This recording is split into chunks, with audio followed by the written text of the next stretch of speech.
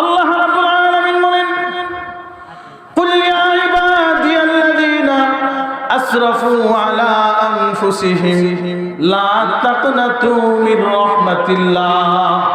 এ বন্ধু, 70 বছর পর্যন্ত আল্লাহর নাফরমানি করেছো, ভুল পথে চলেছো।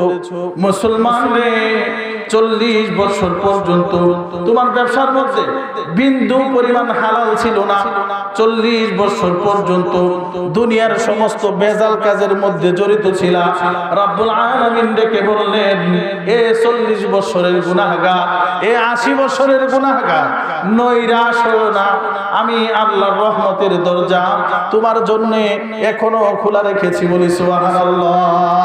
আসো আসো, আল্লাহু আকবার। মুসলমান, আল্লাহ রাব্বুল আলামিন বলেন, বান্দারে একবার যদি ফিরে আসতে পারো, তওবা করবা, এক ফোঁটা চোখের পানি ফেলাইবা, একটা সেজদা দিবা, আমি আল্লাহর কাছে দোয়া করতে থাকবা।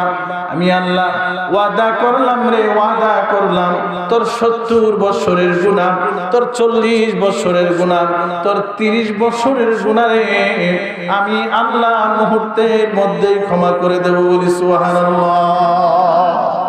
খুশি না বেজার? খুশি না বেজার? শুকর আদায় করেন, বলেন আলহামদুলিল্লাহ।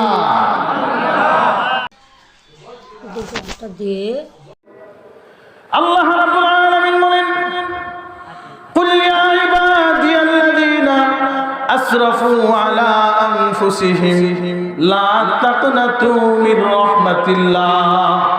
এ বন্ধু, 70 বছর পর্যন্ত আল্লাহর নাফরমানি করেছো, ভুল পথে চলেছো। মুসলমান রে, 40 বছর পর্যন্ত তোমার ব্যবসার মধ্যে বিন্দু পরিমাণ হালাল ছিল না। 40 বছর পর্যন্ত দুনিয়ার সমস্ত বেজাল কাজের মধ্যে জড়িত ছিলা। রব্বুল আলামিন ডেকে বললেন, এ 40 বছরের গুনাহগার, এ 80 বছরের গুনাহগার, নৈরাশ হও না। আমি আল্লাহর রহমতের দরজা তোমার জন্য এখনো খোলা রেখেছি। বলি সুবহানাল্লাহ। আসো আসো, আল্লাহু আকবার। মুসলমান, আল্লাহ রাব্বুল আলামিন বলেন, বান্দারে একবার যদি ফিরে আসতে পারো, তওবা করবা, এক ফোঁটা চোখের পানি ফেলাইবা, একটা সেজদা দিবা, আমি আল্লাহর কাছে দোয়া করতে থাকবা।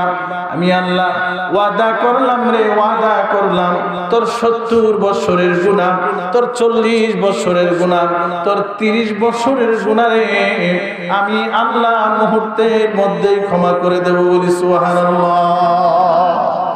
খুশি না বেজার?